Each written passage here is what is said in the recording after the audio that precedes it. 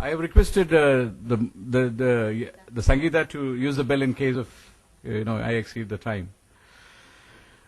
Now I believe skill is too much intertwined with lives of people.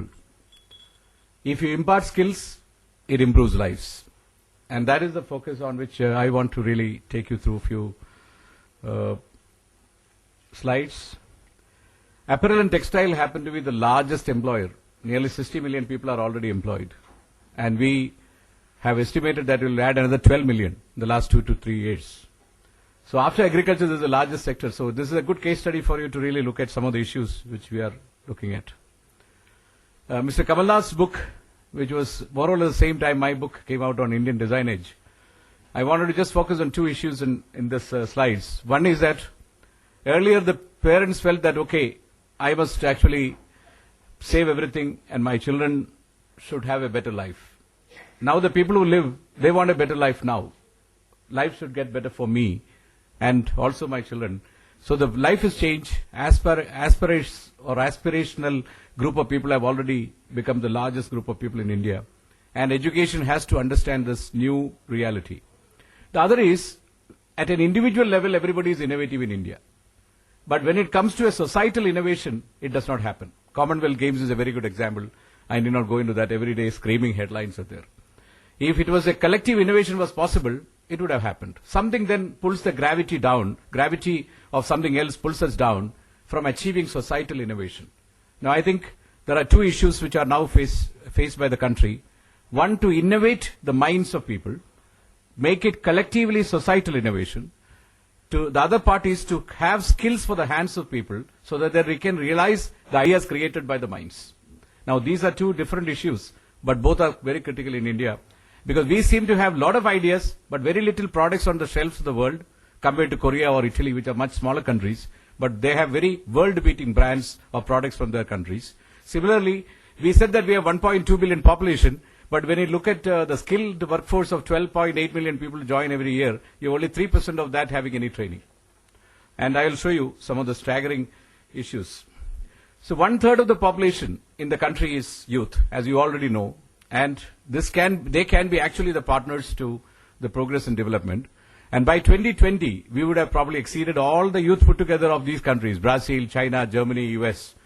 And the average Indian age is at the moment 24. And it would be probably 29 at 2020, which is really very important for us to understand that by 2050, when the sweet spot of Indian population will reach, what will the current people and what will be their training levels, and the people who are joining between 2010 to 2030, what would be the kind of training imperatives they are looking at. And this is something which we need to flag in.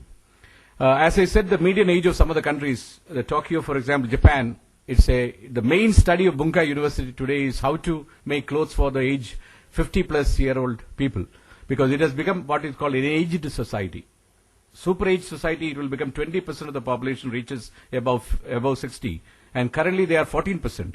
So the populations of some of these countries are already graying or already old, whereas we have this great advantage, which we call as demographic bulge or dividend, and that is where the issue of training becomes critical, as only 5% of the Indian labor force in the age group of 20 to 24 has obtained any kind of vocational skills, and this is a staggering situation. The other part is the urban poverty. Now look at Dharavi in Mumbai, or look at the slums around many of the places, any city in India. The slums create the biggest issue in terms of urban poverty, and we have with over 575 million people, India will have 41% of its population living in cities and towns by 2030. From the present level of just 286 million.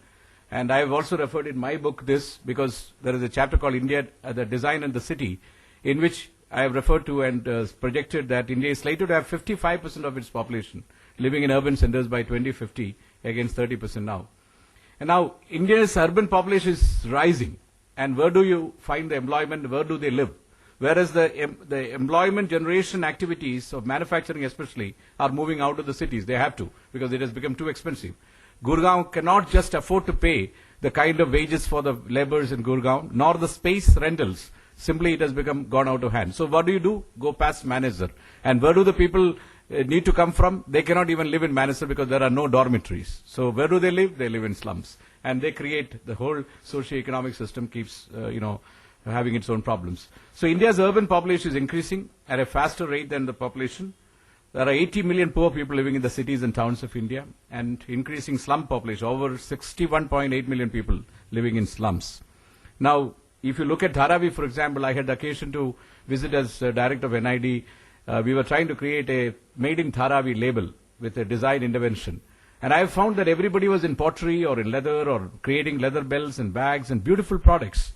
And really speaking, they were getting very, very little in terms of the wages and the kind of conditions on which they used to work. If you, stand up, your head will be chopped off by the fans.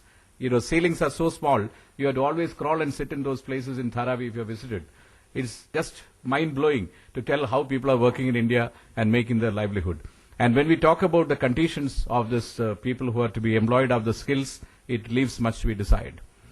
Luckily, the 11th plan has placed a lot of focus on education training, and we have expected the educational allocations to go up from 7.7% to 20%, representing nearly 6% of the GDP. And there is a National Council under the chairmanship of Prime Minister, and there is a skill mission which was introduced in 2007. Dilip Chenoy was supposed to speak. I don't know whether he has come in. He is now heading the Skill Development Corporation. He was earlier with CM earlier.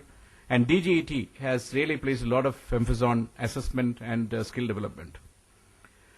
Now, it is not enough just to be saying that people didn't get education.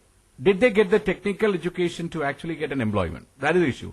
Literacy, numerical literacy, or the other kind of literacy where you can write something, to technical literacy. This is a big, trajectory, and that becomes a very important issue when you look at employment. I have already said that only 2% or to 3% of the people have received any kind of professional training, and 8% of the people have received some kind of training from, just like I was told by a person that the steam press in garment factory, the person who was teaching others always kept his foot on the pedal, and the steam went on going. By the time the garment needed steam, there was no steam left. But everybody who was taught by him continued to repeat the same. So those are the kind of training you receive at that 8 to 10%. That is, people, the blind lead the blind kind of situation in many cases. And I'm not telling all of them are like that, but there is a great amount of trouble in those kind of learning. If you compare with the developing economies, it's just mind-blowing. Comparison with other economies, Japan has 68% of people who are, vocationally trained. Germany 75%, UK 80%, and Korea 90%, against India's 2% skill training. For a country of this dimension, no wonder Naxalism, insurgency, and issues are growing in a country, simply because of this reason. We have not given them how to catch fish. We keep on giving them, telling that, aap le lo, Nariga se fish le lo, khao aajkal. But they are not teaching them how to use a bait or how to use a hood sinker to catch fish. Now, skills for livelihood and skills for employment are very, very different issues. Livelihood, self-employment, and employment in a factory or a industrial environment requires a complete transformation. The garment proprietors tell me, in a large factory, a group of people who are working, if a foreign visitor enters, they all stop work and look at them till they go out. You go to Taiwan or China, they will not raise their head. Or if there is a festival, the entire group of people who came from the village take leave and disappear. The entire production is left. So now, that is the problem in employability in an industrial environment and finding some employment or some kind of livelihood. This is a big issue when we really look at the challenges. You need to have both hands-on and minds-on. And the focus on flexibility, innovation, out-of-box thinking, innovation, and innovating minds and skilling hands together, moving India forward in these issues. All the time we have been just dismissing the word mindset. But actually it is a mindsets and skill sets. Now, do you have the adequate mindsets to tackle the challenging opportunities ahead? Do you have the skill sets to look at the opportunities, emerging? And there, probably the focus of this discussion in the morning is the technological democracy, which is improving the access of education in both ways. And access, equity, and innovation, therefore, form the principles on which we are looking at today's skill education. Skills have to be demonstrated. Make no mistake about it. Now, if you have to demonstrate a skill, whether it is photography, cycling, swimming, you also need to measure and evaluate whether the skill is placed or not. Today's environment, the ability to evaluate and measure in the large scale measurement challenge